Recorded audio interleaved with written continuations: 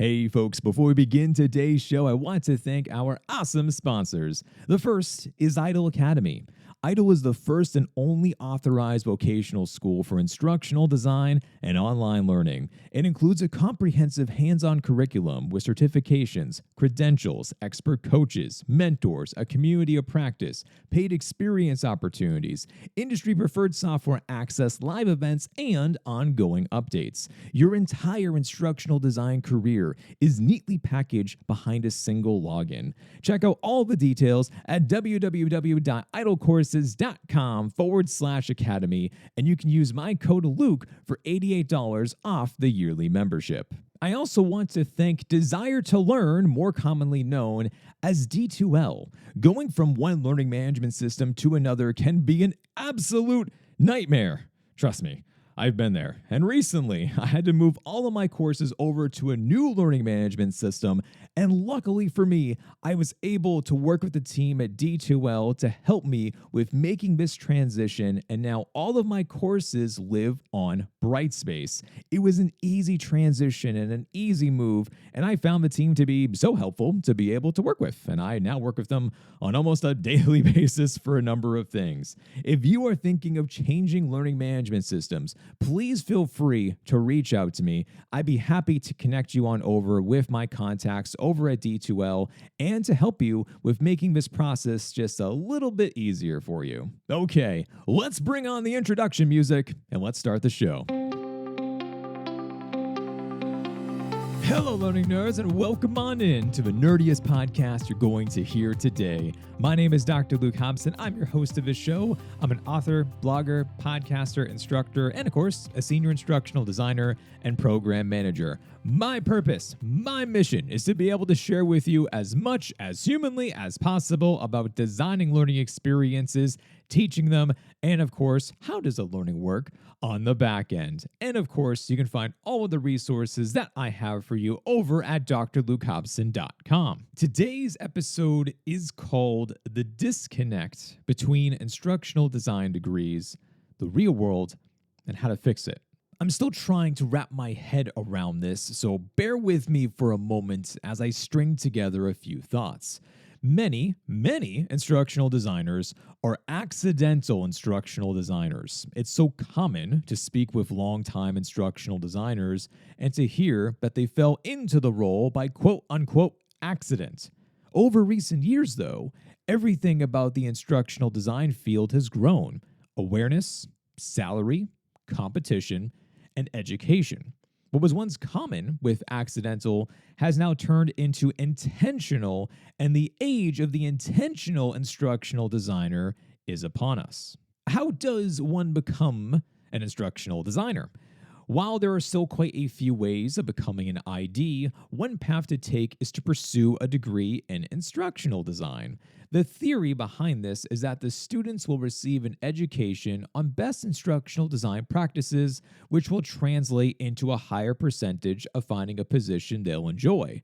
This isn't always the case, and there are some students who are already instructional designers and now they're going back to school to learn more, but I think it's safe to say that the majority falls into the first category. Understandably so, I believe that faculty are trying to cover a vast area of knowledge in these degree programs that date back several decades and to drive home the fundamentals to advance from there. So, what's the problem here? Once a week, I hear from a student in an instructional design degree program who says that they do not feel equipped to become an instructional designer. Why? I ask, as they probably know more than I do at this point. And like clockwork, I hear the same answer. I don't understand how what I learned connects with the real world. Okay. Therein lies a significant issue. There is a disconnect between scholarly and academic lines of thinking pertaining to designing learning experiences and what happens in the real world. There seems to be a fine line of wanting to teach students about every learning theory, strategy, and technique, which I completely understand, but educators must connect this to the real world. What makes this feel so surreal for me is that I had this exact same experience with my degree in graphic design. After going through 4 years of schooling on graphic design, I assumed that I would be ready for what comes next. I took on 2 internships just to really, really make sure I was going to be ready to take on my first role. And after graduation, I realized this wasn't the case, and I wasn't alone. Out of my graduating class, very few of us became full-time graphic designers. When speaking with them, I heard the same sentiments, that they weren't ready. They didn't feel prepared for the actual real-world challenges. I can't think of a better example than when I took on my first client as a freelancer. I was bright-eyed and bushy-tailed because someone was willing to pay me $50 an hour for my design skills. They saw my portfolio and they were impressed with what I created. They mentioned that they wanted something simple, a new logo for their nonprofit organization. I thought this was going to be so easy. I designed hundreds upon hundreds of logos, and they wanted one that symbolized a Catholic nonprofit organization. Now, maybe you don't know this, MLB, but I went to Catholic school for 12 years. So you can probably imagine my confidence when saying that, yes, I can definitely design a logo for you. So I fired up a few mock designs, sent it over to my contact there, and eagerly waited to hear from her feedback. And that's when I learned about the real world. My contact had to forward the designs over to her director, who wanted more reasoning behind my designs. The mock-up designs were all pretty normal, religiously themed ideas. I wanted to say that I made a cross, a dove, some rays of light, and something else that other religious organizations usually adopted. Upon hearing back from them, they asked me to keep on working on the designs, and then I would need to present them to a committee. Committee? ... I thought, what committee? Surprise, there were additional stakeholders that I wasn't aware of. What became working with 2 people ended up working with 10. The best part was that none of them could decide which logo to go with. I was shocked when they had incredibly opinionated feelings about one logo versus another, and I was too naive to know about the office politics back then. This went on for months while I tweaked and tuned every little detail, and I knew I was in over my head, and I needed help. So I reached back out to my favorite graphic design professor and asked if she would join this committee to weigh in on the decision. Having a professor and a dean of a graphic design department should sway their opinions, right? Well, it did, but my professor picked up on the fact that the problem wasn't just their lack of decision-making, but that they didn't know what they truly wanted. She actually wanted to put this to the test and to see how far off we were, and that's when my head exploded. She said, let's make a logo that has nothing to do with religious or nonprofit ties. Give them something so completely out there that by default, they will be forced to select one of your original logos. It will naturally guide them towards the right path, or so she thought. She created a sailboat logo for me to present to the committee. What do sailboats have to do with religious nonprofits? Nothing. They have nothing to do with religious nonprofits. So this should be the move that pushes them in the right direction and helps them to make a decision. But no. No, that's not how things go in the real world. Since the logo was a clean and elegant design, and I'll give my professor credit, it was a nice looking logo. It was so nice that half of the committee decided that they wanted to pick the sailboat. Are you kidding me? As I silently screamed into the void of my desolate mind when asked to go around the room and explain why they voted for their particular logo. The committee members shared various fond memories of the calmness of water, swimming at their favorite lake house, and other things that had nothing to do with the nonprofit. Eventually, common sense prevailed, and the original logo I created won the final vote. Afterwards, my professor pulled me aside and mentioned how this was one of the craziest situations she had ever seen as a graphic designer, and to this day, I still believe her. What does this story have to do with instructional design degrees? This real-world experience taught me more than any course in graphic design. What I learned through failure was relationship management, setting realistic expectations, negotiating, pricing my time correctly, and, of course, politics. It was a masterclass on falling on my face repeatedly, but still getting back up to try again. The whole time I was experiencing this, I was thinking about how I really wish that I could have had a course about the 101s of working with clients. Many of my professors had shared stories about how they had design work with clients, but none of them went into detail about how to find clients, how to price my time correctly, how to decide which clients to be able to work with, and things like that. In 2024, the same thing that happened to me as a graphic design student is the same thing that's happening to instructional design students. They are taking courses that are heavy in theories and not being given the opportunity to learn about what is used in the real world.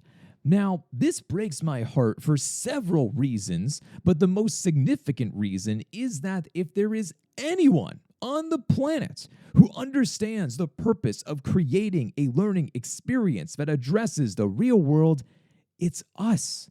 We focus on performance, results, outcomes, and measurables so that we can confidently align our designs around our goals. And a huge portion of this should be spent on analysis, getting to the root of the problem, and then designing the learning experience to address that need.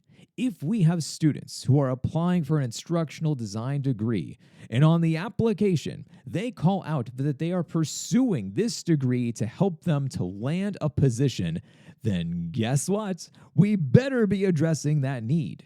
Instead, what I keep on hearing from students is that their curriculum is only centered around learning theories and models. Wonderful. They should know about these and how to use them appropriately, but that's not all. We need to listen to the job market, what employers are seeking in instructional designers, and to meet them in the middle. And it seems like the majority of the degree websites are marketing themselves as the pathway to become an instructional designer. I've seen sites calling out statistics about the rising nature of the field and how employers are favoring those with degrees. However, it seems to be this game of tug and war, where the academics say, I'm going to teach these students about Vygotsky's zone of proximal development, while employers are like, why don't you have a portfolio yet? And of course, who are the ones to suffer from this? Obviously, it's the students, and that's not okay. Now, to be crystal clear, I deeply value the time, energy, and resources spent on furthering advancing our field, and this is done with research, learning theories, models, frameworks, approaches that are grounded and based on learning sciences are absolutely essential to what we do. How learning works should be the fundamental of any instructional design degree. And while you just heard my massive rant about degree programs, I am all for them. I know of professors teaching in these programs who are truly doing the Lord's work with educating these students to be the best of their abilities, and these students hit the ground running when they graduate. For example, I'm participating in mock interviews for the students at Quinnipiac University to help them prepare for a real interview.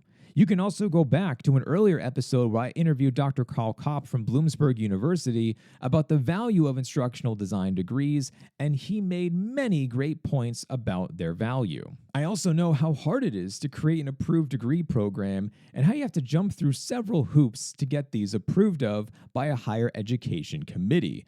The school and state. There's quite a bit when it comes to being able to try to get your degree program passed through a number of these different types of checks and balances. The accreditation process, really, it's no joke. And I'm positive these folks spent countless days and nights getting their degree plans aligned with all of these voices and signatures. And I hope you are not taking away from this message that I hate instructional design degrees. Far from it. I have 3 degrees. I work at 2 universities. I love the value of higher education, but higher ed as a whole is a mess. And of all the areas where there is a real possibility to turn things around, it is within instructional design. So, how do we fix this?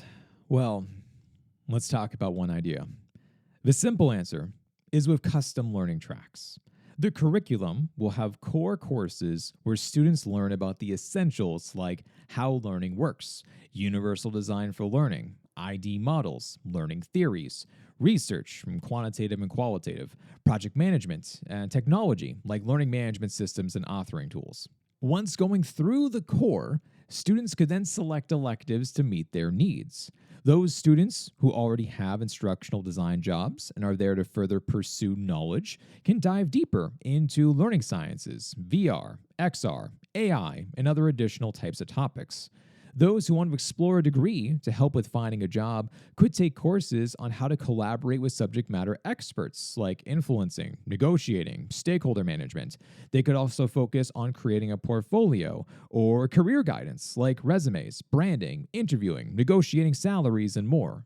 The idea is to give students the flexibility and autonomy to decide the right path for them because guess what? That's what good instructional designers do. They as in the students, can identify their strengths and weaknesses and can decide for themselves what they need more help with.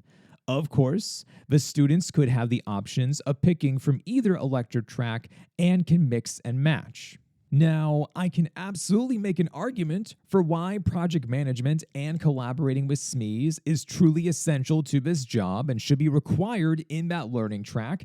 And I can already hear a bunch of you screaming at me saying these things. But for now, I just want to paint this picture with broad brushstrokes just to give some guidelines here. The point is that we know for an absolute fact that the one-size-fits-all approach does not work. So why would we do this to our instructional design students? The other item I've heard repeatedly from students is that their professors do not have industry experience, and that is alarming. I'm not sure how you can teach about the real world if you've never had real-world experience. At the very least, I would hope that these folks have been researching the latest in trends and issues and are having these conversations with their students. For example, last year, my students were asking me about generative AI and how it's going to impact the field of instructional design.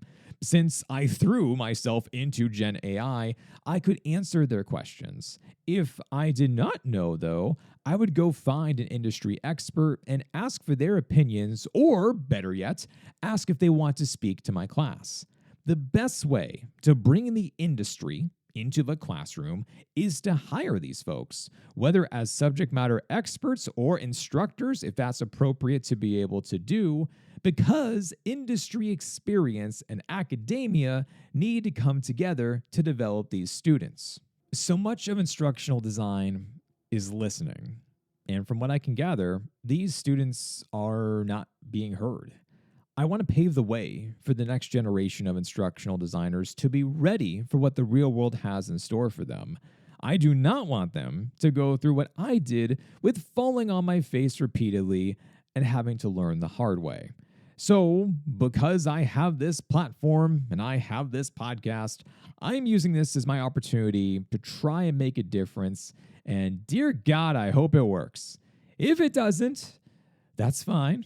We'll figure out a plan B.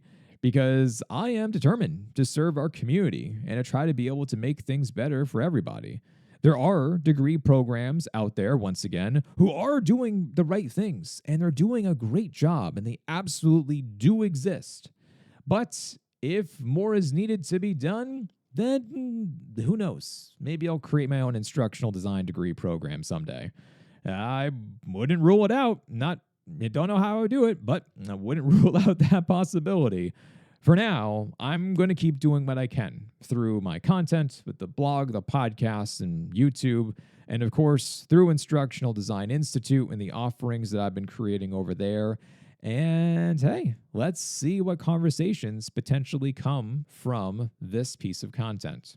If you like this episode, you know what I'm going to ask you to do. Share it. Share it out with your network. Share it with a friend. Share it with an instructional design student in a graduate program. See if this is speaking to them. I'd love to learn more. Also, if you are working in currently an instructional design degree program and you're saying, Luke, I do all of these things and we do it well, then tell me. I'd love to learn more institutions who are doing these things and who are preparing the next generation of instructional designers to be ready for the real world. I would love to hear from you. And that, folks, is my long rant about instructional design degrees. And here's hoping that we make a difference. And of course, I have to say the final line as always, stay nerdy out there. I'll talk to you next time.